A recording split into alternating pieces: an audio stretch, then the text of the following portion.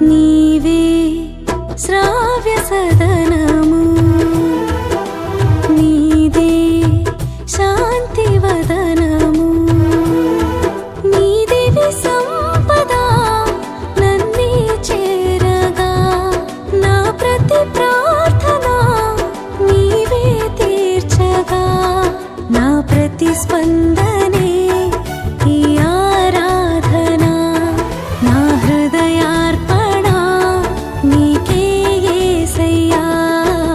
నీవే శ్రావ్య సదనము, నీదే శాంతి వదనము, నీదే సంపద నన్నే చేరగా, నా ప్రతి ప్రార్థన నీవే తీర్చగా, నా ప్రతి స్పందనే ఈ ఆరాధన, నా హృదయార్పణ నీకే యేసయ్యా. నీవే శ్రావ్య సదనము, నీదే శాంతి వదనము. స్తోత్రాలు కూడిచ్చిన మీ అందరికీ యేసుక్రీస్తు నామములో మీ అందరికీ వందనాలు. దేవునికి స్తోత్రాలు. పరిశుద్ధ గ్రంథ బైబిల్ నుంచి కొన్ని మాటలు మనం చూద్దాం. పరిశుద్ధ గ్రంథ బైబిల్ నుంచి కొన్ని మాటలు. ప్రభువైన యేసుక్రీస్తు వారు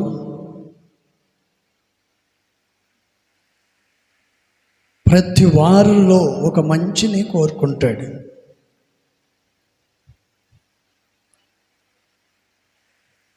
అయితే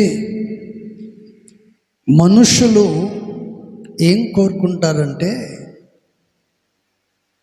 నేనొక్కనే బాగుండాలి అని కోరుకుంటాడు. మిగతా వాళ్ళు ఏమైపోయినా పర్వాలేదు, నేనొక్కనే పచ్చగా ఉంటే చాలు అని అనుకుంటారు. క్రీస్తునందు ప్రేమైన దేవుని బిడ్డలారా, ప్రభు నమ్మిన నీవు ఎలా ఉండాలి అని కోరుకుంటున్నావో, నీ జీవితంలో నిన్ను నీవే పరీక్షించుకోవాలి, పరిశోధించుకోవాలి.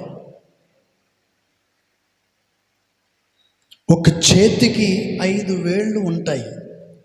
ఒక చేతికి 5 వేళ్ళు. ప్రతివాడు ఒక ఏలు చూపిస్తాడు. ఏమని చెప్పండి? ప్రతివాడు కూడా ఒక వేలుతో చూపిస్తారు, ఎదుటివాడిని చూపిస్తారు. నువ్వు ఎంత, నేనెంత అని ఎదుటివాడిని చూపిస్తూ ఉంటారు. కానీ యేసు ప్రభు వారు ఎవరిని ఆయన ఏలెత్తి చూపట్లేదు.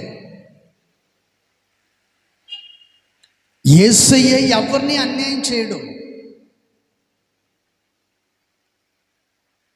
అందరిని ఆయన ప్రేమిస్తాడు. పేదవాడిని ప్రేమిస్తాడు, మధ్యతరగతిలో ఉన్నవాడిని ప్రేమిస్తాడు, లక్షాధికారిని ప్రేమిస్తాడు, కోటీశ్వరుని కూడా ప్రేమిస్తాడు. కోటీశ్వరుని, లక్షాధికారిని, మధ్యతరగతి కుటుంబాలు, పేదవాడని వీళ్ళందరినీ పుట్టించింది ఎవరండి? మన ప్రభువైన యేసుక్రీస్తు వారు. ఈ భూమి మీద ఉన్న ప్రతి మనుష్యని సృష్టించింది ఎవరై అంటే ప్రభువైన యేసుక్రీస్తు. మరి దేవునికి లేని పక్షపాతం మనుషులకు ఎందుకండి? దేవుడు పక్షపాతి కాడు కదా. ఏంటండి? కొన్నిసార్లు చెప్తారు, కొంతమంది మాట్లాడతారు, మరి దేవుడు క్షమించేవాడు కదా, అవ్వాదమును ఎందుకు పంపించాడు అని అంటారు. నేనంటాను, దేవుడు వారిని బుద్ధి చెప్పాడు. ఆజ్ఞ అతిక్రమించినందుకు వారిని హెచ్చరించి బుద్ధి చెప్పి సరిచేసి విడిచిపెడితే బాగుండదని మరలా వారి కొరకు దేవుడే ఈ లోకానికి దిగి వచ్చాడు. Praise the Lord, hallelujah. ఈ రోజున ఈ భూమి మీద ఉన్న మనుషులకున్న స్వార్థం, ఈర్ష్య, పగ, ఈ కక్షలను పట్టి దేవుడు ఒకవేళ ప్రతీకారం తీర్చుకోవాలి అనుకుంటే ఈ భూమి మీద ఎవరు కూడా మిగలరు. ఈ ప్రపంచంలో ఎవరు కూడా ఈ భూమి మీద మిగలరు. ఒక్కడు కూడా మిగలరు. Praise the lord. దేవుడు ప్రతివారు కూడా ఆయన ఆరోగ్యంగా ఉండాలని కోరుకుంటాడు. మంచి మనసుతో ఉండాలని కోరుకుంటాడు. మంచి నడివిడకలో నడిపించబడాలని కోరుకుంటాడు. ఎవరు కూడా బానిసలుగా ఉండాలని ఎవరు కూడా దేవుడు ఎవరి విషయంలో అయినా కోరుకోడు. Praise the Lord. అందుకని పరిశుద్ధ గ్రంథ లేఖనములో కొన్ని మాటలు రాయబడి ఉన్నాయి. అందుకని యెషయా గ్రంథంలో ఒక మాట 58వ అధ్యాయము 11వ వచనములో ఒక మాట రాయబడి ఉంది. అక్కడ చెప్పబడినటువంటి మాటను మనం గమనించినట్లయితే రాయబడినటువంటి మాట ఏంటంటే, చివర్లో మనకు కనిపిస్తుంది, నీవు నీరు కట్టిన తోట వలె ఉందువు. చప్పట్టు కొట్టి ప్రభుని మహిమపరచుకుందాం. ప్రైజ్ ది లార్డ్, హల్లెలూయా. ఇప్పుడు చెప్పండి, దేవుడు మనలో కోరుకుంటుంది ఏంటి? మీరు కోరుకుంటుంది ఏమిటి? దేవుడు కోరుకునేది ఏంటి? మీరు కోరుకుంటుంది ఏమిటి?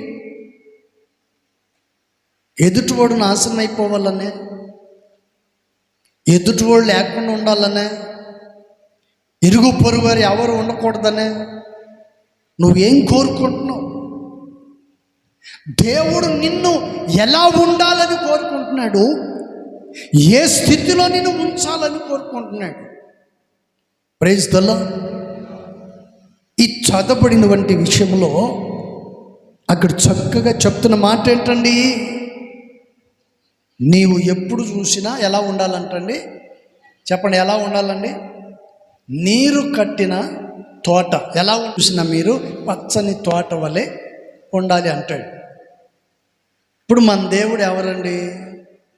మనలో ఏం కోరుకుంటున్నాడు అయినా?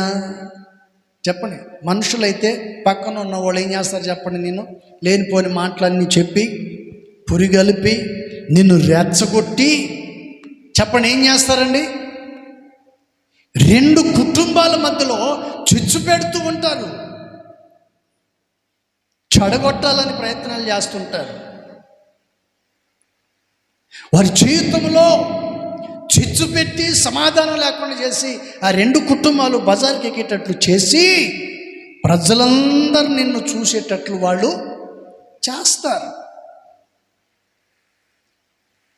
దేవుడు ఏం చేస్తాడంటే, దేవుని వాక్యం అంటుంది జాగ్రత్తగా ఉండాలి అంటాడు. వెదిగే మనసు కలిగి ఉండాలి. వాక్యాన్ని వింటున్న నీవు, క్రీస్తు ప్రేమను పొందిన నీవు, రాత్రి పగళ్ళు ఆయన పరిచర్య నిమిత్తమై సహకారాలతో ఆయన సన్నిధిలో నడిపించబడుతున్న నీవు, నీ జీవితంలో నువ్వు ఎలా ఉండాలంటే కుట్రలు కుతంత్రాల మధ్యలో కాదు ఉండాల్సింది, ఈర్ష్యలు పగలతో కాదు నువ్వు బ్రతకాల్సింది. వాక్యానుసారంగా ఆత్మీయ జీవితంలో నిత్యము నీ కుటుంబం ఆశీర్వాదకరంగా మార్చబడాలి. క్షమాభివృద్ధి చెందేటట్లు ఉండాలి. అందుకని మొదటి నుంచి మనం చదివినట్లయితే కొన్ని మాటలు అక్కడ కనిపిస్తాయి. యెహోవా నిన్ను నిత్యము నడిపించును, క్షమాకాలమున ఆయన నిన్ను తృప్తిపరచును, నీ ఎముకలను బలపరచును. ఎవరు? నీవు నీరు కట్టిన తోటవలే ఎప్పుడునూ ఉబుకుచుండు నీటి ఊట వలె ఉందువు. Praise the Lord. హల్లెలూయా. చూడండి, మనుష్యులు ఏం కోరుకుంటారు, దేవుడు ఏం కోరుకుంటాడు అనేది ఇక్కడ బైబిల్ మనకు చాలా చక్కగా తెలియపరచబడుతుంది. అందుకని ప్రేమైందని బిడ్డలారా, మరొక మాట కూడా రాయబడి ఉంది. మరొక మాట ఏంటంటే 36వ కీర్తన 9వ వాక్యంలో ఒక మాట మనకు అనిపిస్తుంది. మొదటి మాట మనం చూద్దాం. ఇక్కడ చెప్పబడుతున్న మాట ఏంటి? నీ యొద్ద జీవపు ఊట కలదు, నీ వెలుగును పొందియే మేము వెలిగించబడుచున్నాము. Praise the Lord. హల్లెలూయా. ఈ చదవబడినటువంటి విషయంలో కీర్తనకారుడు చెప్తున్న మాట ఏంటండి? ఆయన చెప్తున్న మాట ఏంటంటే, ఇక్కడ అంటున్నాడు, దేవుని యొద్ద ఏముందంటండి? జీవపు ఊట. అది ఎప్పటికీ ఎండిపోవటానికి వీలు లేదు. రాజ్యాలు మారినా, రాజులు మారినా, మంత్రులు మారినా, ప్రపంచం తల్లకిందులైనా, దేవుని ఊట ఎప్పుడు ఎలా ఉంటుందంట? ఎప్పుడు చూసినా ఉబుకుచుండును. నీటి ఊట ఎప్పుడు కూడా ఏమవుతుందంట? ఎప్పుడు చూసినది ప్రవహిస్తూనే ఉంటుంది. Praise the Lord. హల్లెలూయా. నువ్వున్నా, నేను ఉన్నా, లేకపోయినా దేవుని వాక్యం అనే నీటి ఊట అది ఏం చేస్తుందంట? ప్రవహిస్తూనే ఉంటుంది. అది ఎప్పుడు 24 గంటలు పారుతూనే ఉంటుంది. ఎవరో ఒకని ద్వారా, ఏదో ఒక సేవకుని ద్వారా దేవుని వాక్యం ఏం చేస్తుందంటండి? ప్రవహిస్తూ ఉంటుంది. అందుకని యెషయా గ్రంథంలో ఆయన చెప్పాడు, నీరు కట్టిన తోట వలె నువ్వు ఎప్పుడు ఉండు. అంటే నువ్వు ఎప్పుడు చూసినా ఎలా ఉండాలంట? పచ్చని తోటలాగా నువ్వు ఉండాలి. మంచి మనసు కలిగినటువంటి వ్యక్తిగా బ్రతకాలి. దైవ భయము కలిగిన వ్యక్తిగా నువ్వు బ్రతకాలి. ఎప్పుడైతే నువ్వు వాక్యానుసారంగా దైవ భయము కలిగి జాగ్రత్త ప్రభు సన్నిధులు నడిపించబడతావో అప్పుడు నువ్వు ఎలా ఉంటావంటే పచ్చని తోట వలె ఉంటావు.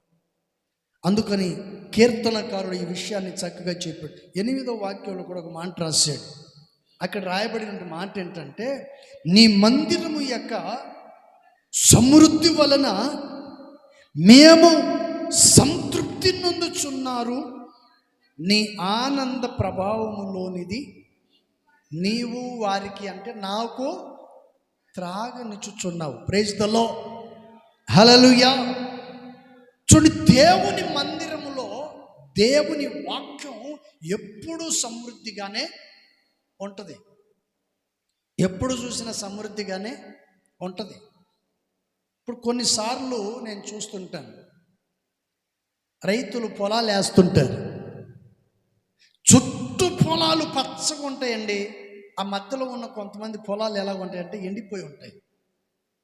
కారణం ఏమిటి? వాళ్ళు టయానికి నీరు కట్టకపోవటం, వాటికి నీరు సమృద్ధిగా పెట్టకపోవటం, సరైన సమయానికి దానికి కావాల్సినటువంటి ఎరువు తనకు వేయకపోవటం.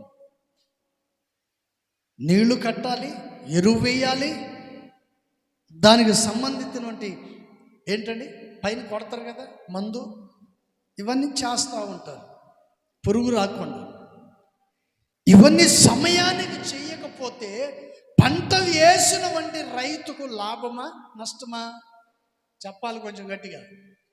లాభం వస్తుందా నష్టం వస్తుందా? మందిరానికి వచ్చేవాళ్ళు టయానికి వస్తారా? టయానికి వస్తే ఎలా ఉంటుందండి? కొంతమంది లేట్గా వస్తుంటారు, కొంతమంది ముగింపులోనికి వస్తారు. కారణం ఏంటంటే వాక్యం అనే నీరు వారికి సరిగా లేనందువలన, వాక్యం మీద మనసు లేనందువలన కొందరి జీవితాలు, కొందరి కుటుంబాలు ఎండిపోయిన చెట్టులాగా ఉంటాయి. మనుషులైతే ఉన్నారే కానీ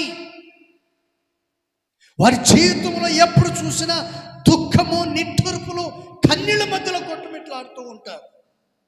గల కారణం ఏంటంటే వాక్యం అనే నీరు వారికి లేనందువల్ల. Praise the Lord. నది మన పొలం పక్కన ఉన్నా ఆ నీరు నా పొలానికి వేసుకునే వంటి స్థితి తనకు లేదు, ఆ ఆలోచన లేదు. మందిరానికి వస్తూ ఉన్న వాక్యాన్ని వినకుండా పెడచెవిని పెట్టి ఏం చేస్తుంటారండి? చెప్పండి, పెడచెవి పెట్టి ఏం చేస్తారంట? వాక్యాన్ని వినకుండా, మనసును మార్చుకోకుండా, ఆశీర్వదించబడుతున్నటువంటి వాళ్ళు ఆశీర్వదించబడకుండా ఏం చేస్తారంటే ఉన్న చోటే వాళ్ళు అలాగే ఉంటారు. Praise the Lord. హల్లెలూయా. నది పక్కన ఉన్నా, మీరు మందిరంలో ఉన్నా, వాక్యం సమృద్ధిగా ప్రవహిస్తూ ఉన్నా, నది సమృద్ధి ప్రవహిస్తూ ఉన్నా, వాక్యాన్ని వినకుండా పెడచెవిని పెట్టి ఏం చేస్తారంటే ఆశీర్వాదాన్ని పోగొట్టుకుంటారు. వీడు నది పక్కన ఉండి కూడా తన పొలాన్ని ఏం చేసుకుంటాడండి?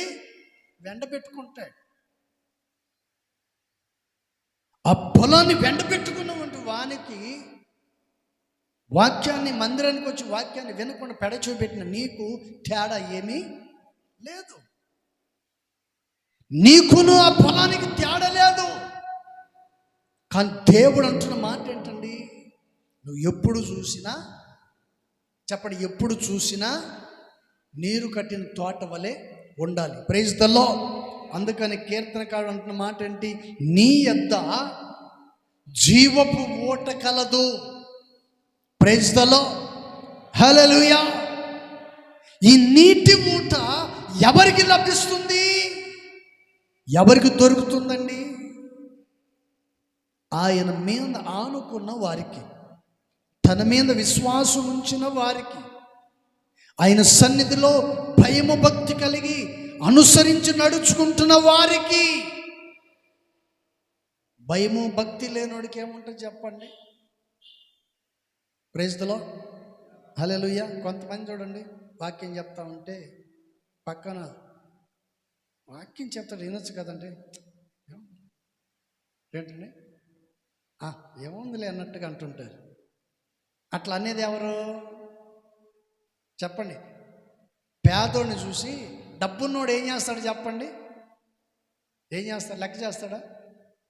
లెక్క చేయడు. Praise the Lord. వీడు బ్రతికి ఉన్నప్పుడు ఎవరికి లెక్క చేయడు, వీడు చచ్చిన తర్వాత వేసేవాడిని లెక్క కూడా చేయడు. వాడు తీసుకెళ్ళి ఎక్కడ వేస్తాడండి? Praise the Lord. వీడు బ్రతికి ఉన్నప్పుడు ఎవరిని లెక్క చేయడు.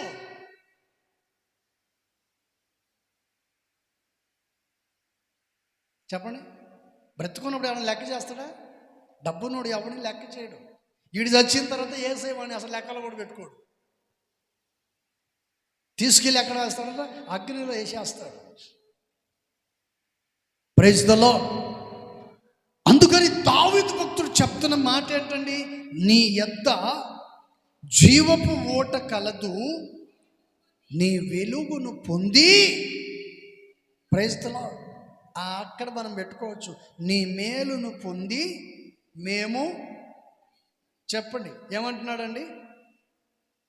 నీ మేలును పొంది మేము నీ సన్నిధిలో తృప్తి పొందుచున్నాము. Praise the Lord. హల్లెలూయా. వాక్యము చేత నీవు వెలిగించబడాలి. వాక్యము చేత నీవు వెలిగించబడాలి. కొందరి జీవితాలు చీకటిలో, చీకటి బ్రతుకులు. వాక్యం చెప్పినా వారు మారరు. కుటుంబాల్లో సమస్యలు వచ్చినా మారరు. అవమానాలు నిందలు వచ్చినా వారి బ్రతుకులు అసలు మారదు. ఎవరయ్య అంటే వాత వేయబడిన మనసాక్షి కలిగిన వాళ్ళు. అంటే మనసాక్షి చచ్చిన వాళ్ళని అర్థం. మనసాక్షి చచ్చినోడు ఏం చేస్తాడు? లెక్క చేస్తాడా? సేవకుని లెక్క చేయరు, ఎదుటోళ్ళని లెక్క చేయరు, పక్కోళ్ళని లెక్క చేయరు. ప్రైజ్ ది లార్డ్, హల్లెలూయా.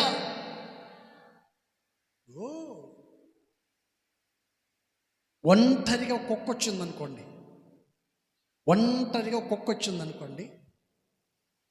ఊళ్ళో 10 కుక్కలు దీన్ని తరుముకుంటాయి.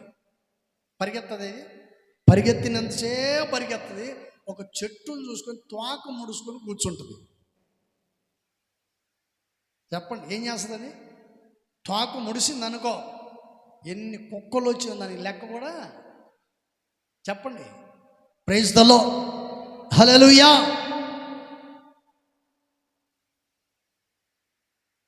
ఎన్ని కుక్కలు వచ్చినా వాటిని పొరపాటున కూడా ఇది లెక్క కూడా చేయదు.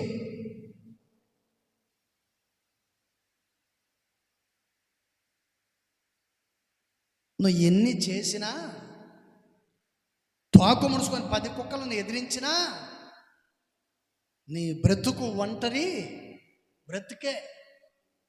నీకు ఎంత డబ్బు ఉన్నా, ఊరోళ్ళందరూ నీకు అవసరం లేకపోయినా, బంధువులు నీకు అక్కర లేకపోయినా, నీ స్నేహితులు నీకు అవసరం లేకపోయినా, నీకు డబ్బు ఉందని వ్యామోహముతో గర్వించే అహంకారంతో ఎవరిని లెక్క చేయకుండా ఏం చేస్తారండి?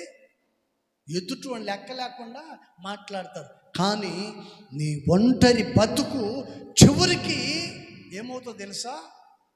చినిగిపోయిన ఇస్త్రాకు కంటే హీనంగా మార్చబడుతుంది. Praise the Lord. అందుకని యేసయ్య చెప్తున్నాడు,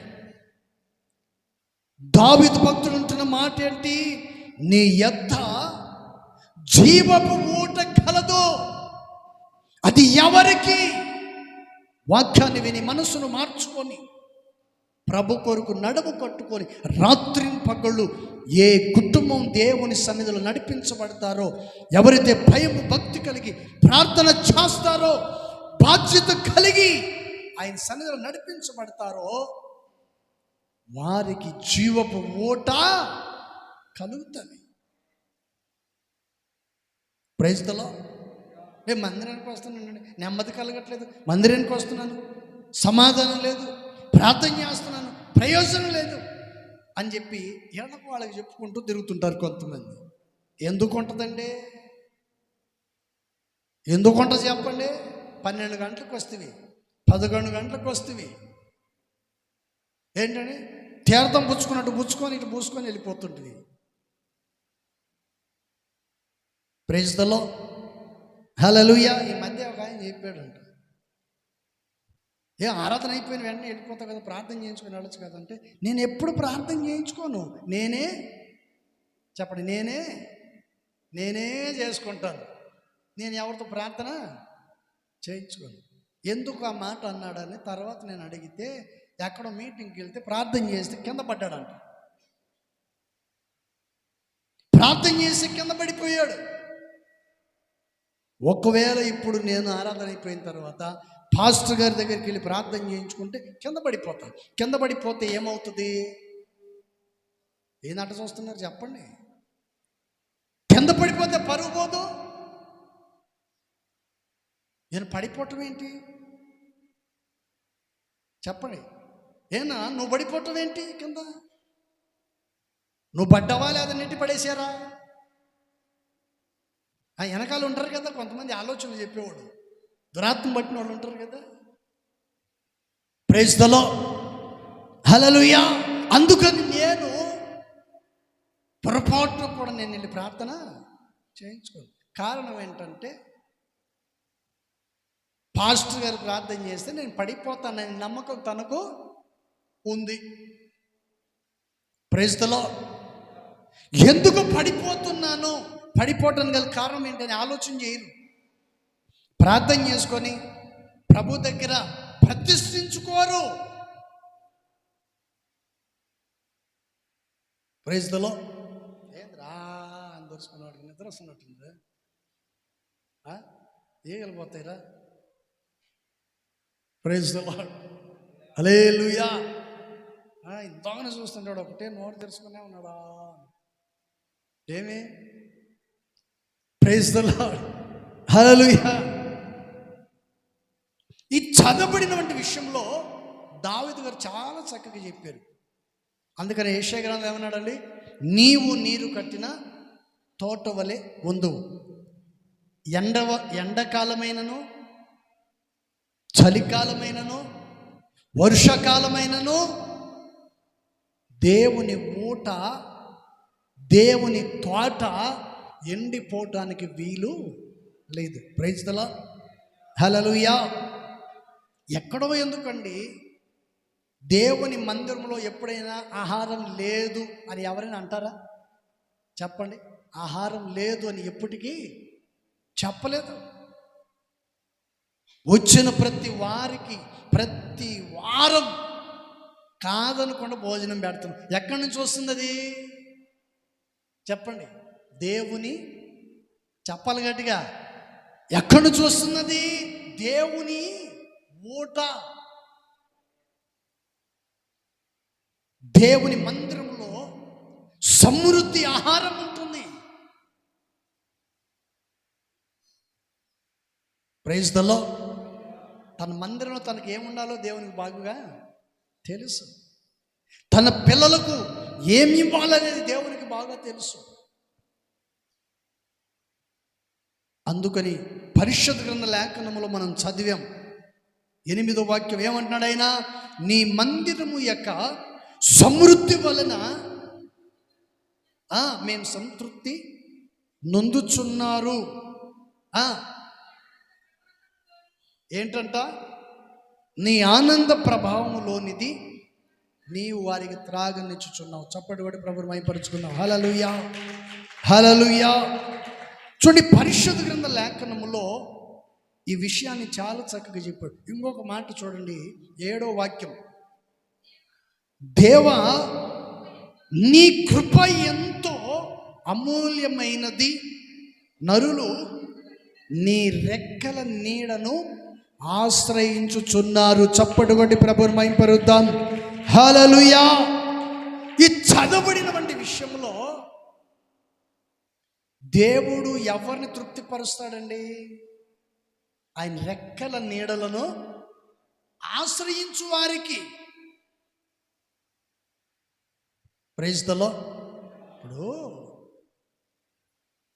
చిన్నపిల్లలు ఉన్నారనుకోండి, చిన్నపిల్లలతో మీరు మాట్లాడేటప్పుడు ఏదైనా ఒక మాట అన్నారు, రే బుద్ధుందా లేదా అని అన్నారు అనుకో, లేకపోతే వాడు ఏదైనా పొరపాటు చేసాడు అనుకోండి, చేసినప్పుడు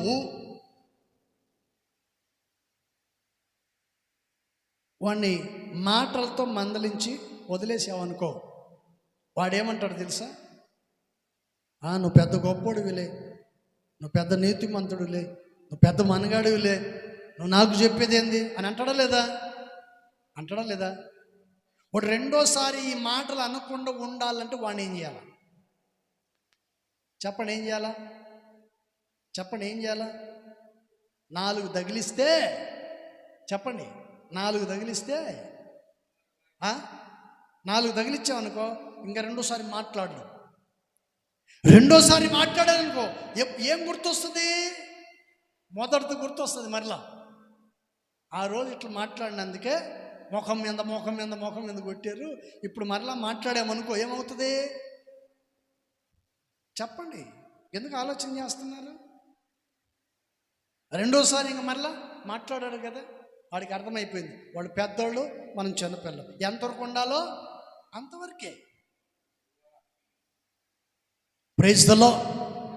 హల్లెలూయా. అందుకని దావీదు భక్తుడు చెప్తున్న మాట ఏంటంటే, నీ కృప ఎంతో అమూల్యమైనది. నరులు నీ రెక్కల నీడను ఆశ్రయిస్తారు. Praise the lord.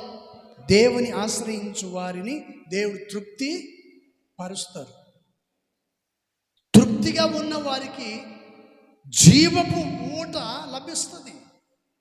Praise the Lord. దేవుని ఆశ్రయించు వారికి మందిరంలో తృప్తిపరుస్తాడు. రెండోది జీవపు ఓటను వారికి అనుగ్రహిస్తారు. అలాంటి వాళ్ళు ఎలా ఉంటారంటే ఎప్పుడు చూసినా పచ్చని, చెప్పండి, పచ్చని తోట వలె ఉంటారు. వెండిపోవటానికి వీలు లేదు, వాడిపోవటానికి వీలు లేదు. గల కారణం ఏమిటి? వాక్యం అనే నీరు ఎప్పుడు చూసినా అది ఏమవుతుంటుందంట, పారుతా ఉంటుంది. Praise the Lord. ఇంకొక మాట, ద్వితీయోపదేశకాండం 33వ అధ్యాయం. ద్వితీయోపదేశకాండం 33వ అధ్యాయము 28వ వచనములో ఒక మాట కనిపిస్తుంది. ఇశ్రాయేలు నిర్భయముగా నివసించును, యాకోబు ఊట ప్రత్యేకింపబడును. చప్పట్లు కొట్టి ప్రభువును మహిమపరుద్దాం. హల్లెలూయా. ఈ చదవబడినటువంటి విషయాన్ని మనం గమనించినట్లయితే దేవుని వాక్యాన్ని వింటున్న నీవు, నీ ఊట ఎలా ఉండాలంట, ప్రత్యేకింపబడినదై ఉండాలి. అంటే నీ మార్గము ప్రత్యేకింపబడినదై ఉండాలి. అన్ని మార్గాల్లో నడవకూడదు. కొందరి పాము బుద్ధి, పాముకున్న బుద్ధి ఏంటి చెప్పండి? ఏమి తెలియదు అన్నట్టుగా ఉంటుంది, ఏమి తెలియదన్నట్టుగానే ఉంటుంది, కాటేస్తుంది. అది నడిచేటప్పుడు ఎట్లా నడుస్తుందండి? చక్కగా నడుస్తుందా? కొంతమంది విశ్వాసం చూస్తుంటారు, చక్కగా నడవరు.